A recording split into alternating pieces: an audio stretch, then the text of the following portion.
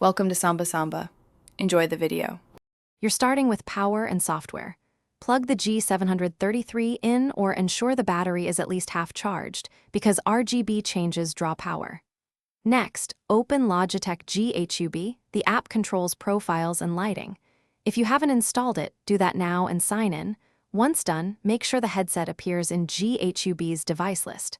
Finally, confirm your OS recognizes the headset, so lighting commands can reach the device without connection. You'll now dive into the LightSync panel. Select the G733 in G733 and open the Lighting tab.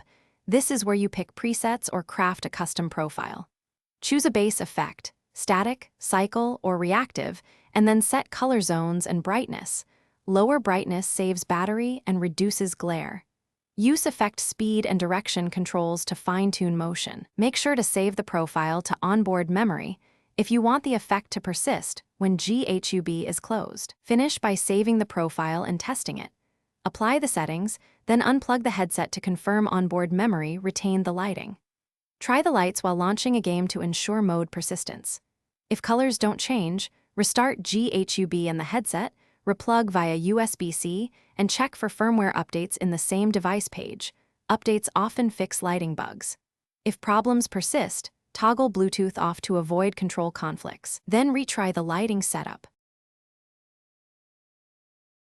Thanks for watching. Consider subscribing if we helped you.